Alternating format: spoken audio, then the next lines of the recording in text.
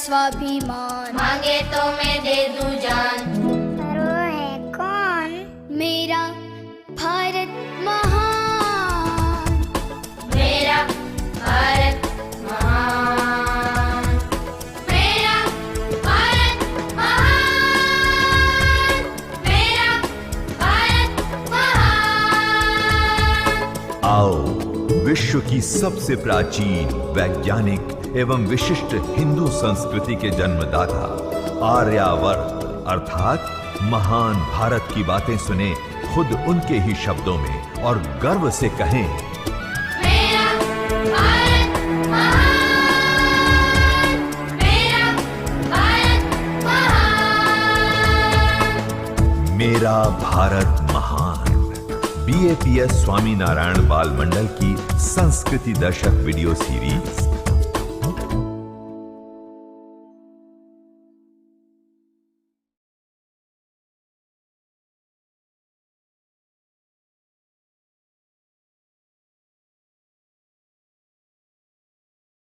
इस साल हम मना रहे हैं भारत की आजादी का अमृत महोत्सव। इस अवसर पर आइए सबसे पहले याद करें पिछले 75 वर्षों से हमारी सरहदों की रक्षा करने वाले हमारे सैनिकों के बलिदानों को। बस बस माँ, और नहीं खा पाऊंगा। एक रोटी और बेटा, वैसे साल में तो एक ही बार तो आता है। अरे दिवाली पे राखी तो क्या करूं? राखी पे तो आप कभी आते नहीं, तो मेरे लिए तो जब भी मेरे भैया मिले तभी राखी और तभी दिवाली। कॉन्ग्रेचुलेशंस, आपको लड़का हुआ है। मेरा प्यारा फरिश्ता।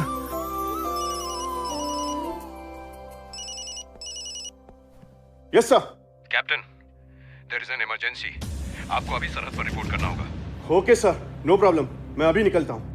लेकिन आपकी वाइफ से तो मिलते जाइए। डॉक्टर, इसकी माँ से कहना इसके पिता को भारत माँ ने पुकारा है और युद्ध के मैदान में एक पल की भी देरी दुश्मन को जीत दिला सकती है, और ऐसा ये भारत माँ का बेटा हरगिज़ होने नहीं देगा।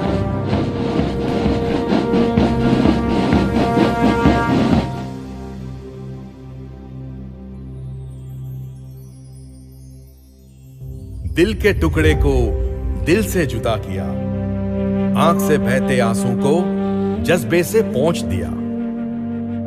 वतन से बढ़कर किसी को नहीं चाहा, इस मिट्टी से हंसी किसी को नहीं पाया। हमेशा दिल से सिर्फ एक आवाज आई, मां बस तेरे आ जाऊं काम, तुझ पे हंसते हंसते हो जाऊं कुर्बान। कभी महलों की नहीं रखी ख्वाहिश, कभी मखमली बिछोने की नहीं की फरमाइश, कभी त्योहारों के जश्न नहीं देखे, कभी बच्चों के बचपन नहीं देखे। हमेशा दिल से सिर्फ एक आवाज आई, मां बस तेरे आ जाऊं काम, तुझ पे हंसते हंसते हो जाऊं कुर्बान। तपता रेगिस्तान हो या बर्फ का तूफान हो, समंदर की लहरें हों या जंगलों के घेरे हों, इनके कदम ने रुकना नहीं सीखा, किसी के आगे झुकना नहीं सीखा। ये खून की होली खेले, हंसते हंसते सीने पे गोली झेले। देश के खातिर जिंदगी पाई, दिल से बस ये आवाज आई, मां बस तेरे आ जाऊंगा, तुझ पे हंसते हंसते हो जाऊं कुर्बान।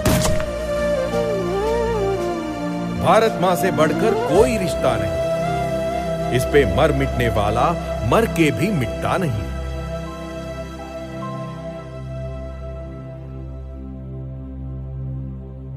सैनिक की एक एक सांस देश की सुरक्षा के लिए समर्पित है, लेकिन किसी भी देश को आगे ले जाने के लिए केवल बाहरी सुरक्षा पर्याप्त नहीं होती, उसे अंदर से भी मजबूत बनाना होता है।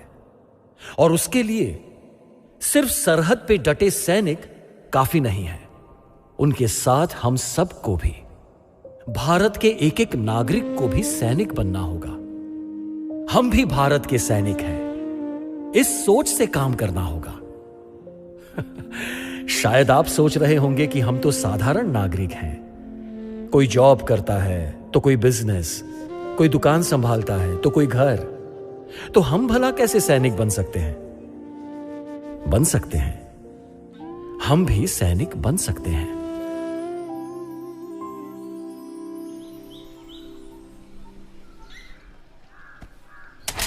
पापा,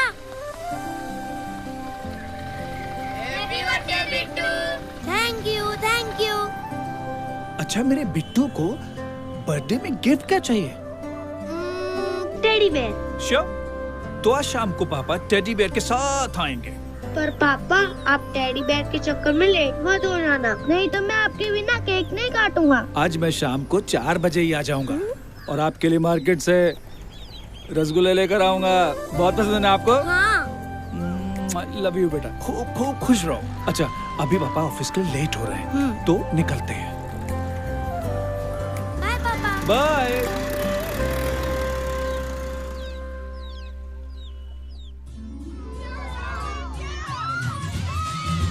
पार्टी तो करनी पड़ेगी।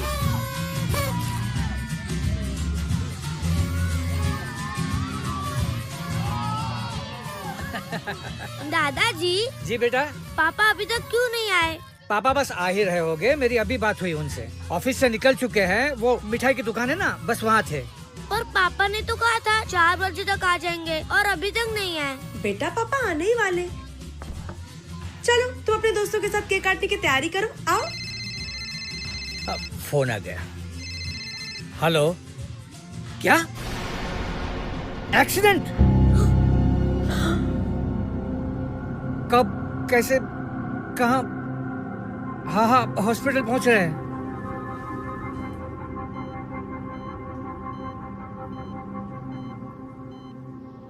हम पूरी कोशिश कर रहे हैं, पर अभी कुछ भी कह पाना पॉसिबल नहीं है। सर पे चोट लगने के कारण वो कोमा में चले गए हैं।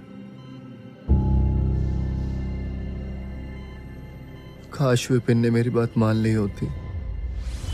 वैसे बिट्टू टेडी बियर देख के खुश हो जाएगा। रसगुल्ले देखकर ज्यादा खुश हो जाएगा। मेरे साथ घर तो चल रहा है तू? नहीं यार, मैं अभी नहीं आ पाऊंगा, मैं शाम को आता हूँ।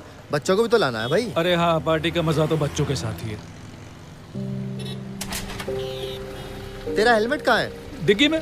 गजब आदमी हो यार, डिग्गी में रखने के लिए हेलमेट खरीदा है। निकालो यार, पहनो। अरे यार, 10 मिनट का रास्ता है, फिर से उतारना पड़ेगा और हेलमेट लगाना मुझे पसंद नहीं है। वो तो बिट्टू ने दिया था तो मैंने लगा लिया था। लेकिन ये फिर भी सेफ्टी। अरे लेकिन विकिन छोड़, ये हेलमेट का बेकार का बोझ सर पे लेके कौन घूमे?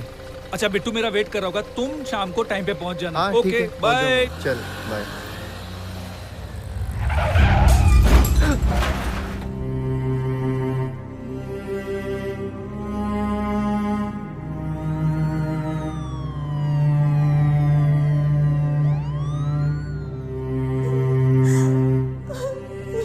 अगर विपिन हेलमेट पहन लेता तो ये नौबत ना आती।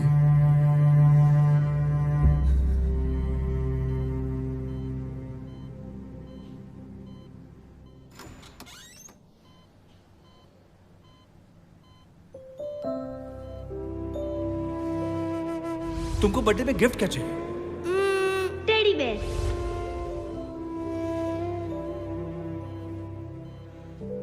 आज मैं शाम को 4 बजे ही आ जाऊंगा। आपके लिए मार्केट से रसगुल्ले लेके आऊंगा।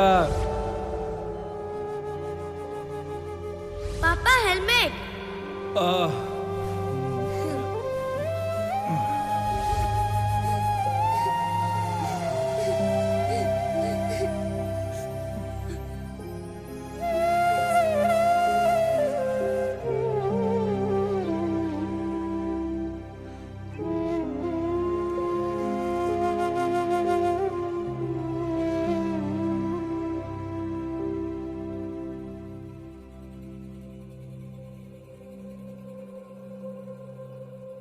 हेलमेट का बोझ अपनों के दुखों के बोझ से बहुत हल्का होता है। ये बात अगर विपिन समझ लेते तो ये हादसा ना होता। हम अपनों की खुशियों के लिए बहुत कुछ करते हैं, लेकिन ये भूल जाते हैं कि हम ही उनके लिए सबसे बड़ी खुशी हैं। माँ बाप, पति पत्नी, भाई बहन, बच्चे, दोस्त, कितना खुशियों से भरा संसार होता है हमारा। पर ये सारी खुशियां हम सिर्फ एक लापरवाही से एक पल में तबाह कर देते हैं। केवल भारत में ही सड़क दुर्घटना में रोज 400 लोग मरते हैं। कभी मोबाइल पर बात करते करते ड्राइविंग करते हुए, कभी बिना सीट बेल्ट के गाड़ी चलाते हुए, कभी सिग्नल तोड़ते हुए, तो कभी स्टंटबाजी करते हुए।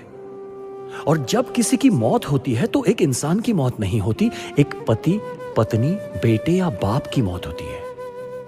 एक डॉक्टर, इंजीनियर या साइंटिस्ट की मौत होती है। और बात केवल ट्रैफिक के नियमों की नहीं है।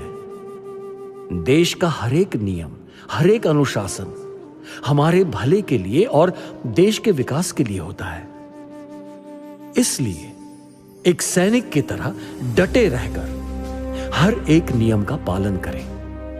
हमेशा याद रखें कि हम भी भारत के सैनिक हैं। प्रमुख स्वामी महाराज भी हमेशा कहा करते थे, जिस देश में रहते हैं उस देश के नियमों का अवश्य पालन करें। देश के हित के लिए प्रमुख स्वामी महाराज और भी कई बातों का ध्यान रखते थे। तो वो कौन सी बातें हैं, आइए देखते हैं।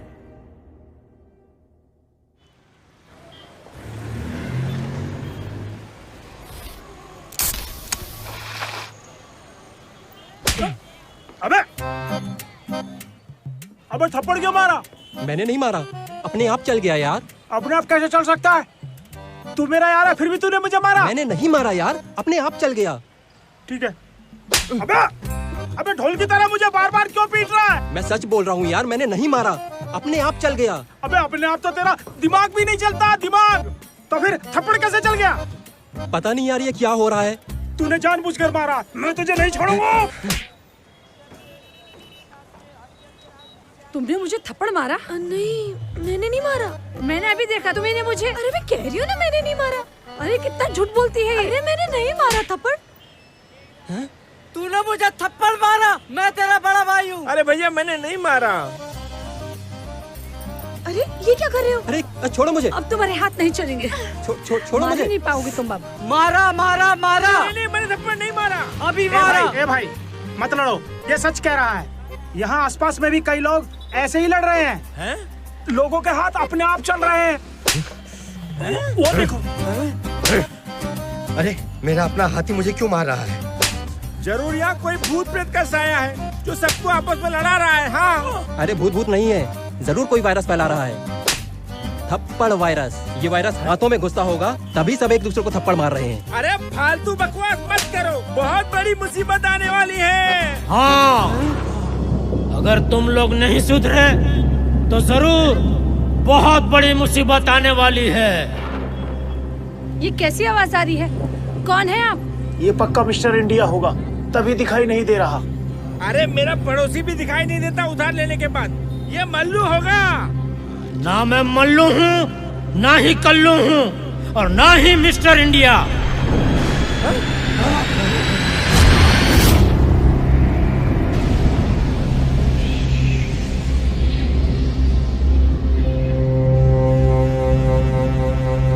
ये कौन है? मैं उस माँ का बेटा हूँ जो अपनी परेशानी, अपनी पीड़ा तुम लोगों से कह नहीं पाती, सिर्फ चुपचाप सहती रहती है। इसीलिए मैंने तय किया है कि अब से जो गलती करेगा उसे यूं ही सजा मिलेगी। अरे भाई, ना हम आपको जानते हैं ना आपकी माँ को। आपको कोई गलतफहमी हुई है? वो सिर्फ मेरी नहीं, तुम्हारी भी माँ है। इस देश के हर इंसान की माँ है। हर इंसान की माँ? वो कौन है? जिसे हमने भुला दिया है, जिसके कारण तुम यहाँ पे खड़े हो, जो हजारों लाखों सालों से हम जैसों का बोझ उठाती आ रही है। धरती माँ। पर धरती माँ का हमने क्या बिगाड़ा है? अभी बताता हूँ। ये देखो, ये यहाँ किसने फेंका?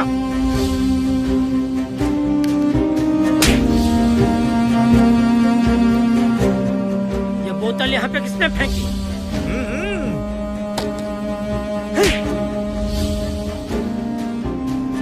ये प्लास्टिक की थैली, ये यहाँ पे किसने फेंकी?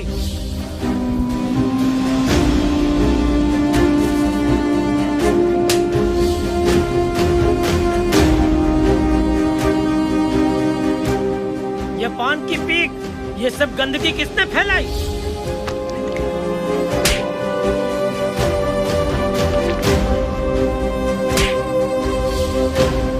ये ये सब हमारा किया कराया है। हमारे आसपास हर जगह डस्टबिन लगे हुए हैं, लेकिन हमें वहाँ तक जाना ही नहीं है। हमारे सामने कचरा पेटी पड़ी होती है, फिर भी हम कचरा कचरा पेटी में नहीं, बाहर ही फेंकेंगे। क्यों?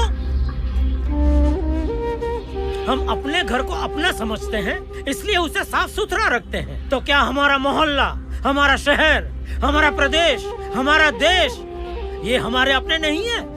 क्या इसे साफ सुथरा रखना हमारी जिम्मेदारी नहीं है? हम इतने लापरवाह कैसे हो सकते हैं? मीलों का प्रदूषित धुआं हवा में छोड़कर हवा को गंदा कर दिया। फैक्ट्रीज की गंदगी को नदियों में छोड़कर नदी का साफ सुथरा पानी गंदा कर दिया। केमिकल वाला कचरा जमीन में डालकर जमीन को गंदा कर दिया। हमारा भारत देश तरक्की करता है तो हमें गर्व महसूस होता है, लेकिन ये जो एक बात है, इससे हमारा सर शर्म से झुक जाता है। अरे हम ही लोग कहते हैं ना कि जो घर साफ सुथरा रहता है उसमें लक्ष्मी जी आती है, वो घर सुख समृद्धि से संपन्न हो जाता है। तो जरा सोचिए, अगर हम हमारे मोहल्ले को, हमारे शहर को साफ सुथरा रखते हैं तो हमारा पूरा देश समृद्ध हो सकता है। और इसमें कोई कठिन बात नहीं है। हमें सिर्फ मन से तय करना है कि हम कचरा कचरा पेटी में ही डालेंगे। इससे ना गंदगी होगी, ना ही डेंगू मलेरिया जैसी घातक बीमारियां फैलेगी और ना ही किसी की जान जाएगी।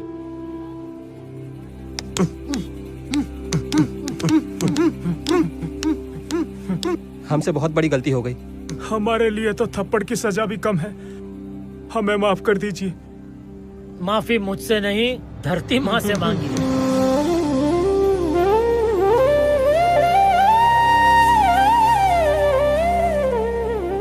अब वादा करो कि आइंदा आप लोग गंदगी नहीं फैलाओगे, अपने आसपास स्वच्छता रखोगे और हर साल अपने जन्मदिन पर एक पौधा लगाओगे। हम धरती माँ से वादा करते हैं कि हम अपने आसपास गंदगी नहीं फैलाएंगे, इसे साफ सुथरा और स्वच्छ रखेंगे। हम अपने जन्म पर हर साल पौधा लगाएंगे। दोस्तों, हमारा ये मन बड़ा ही विचित्र है।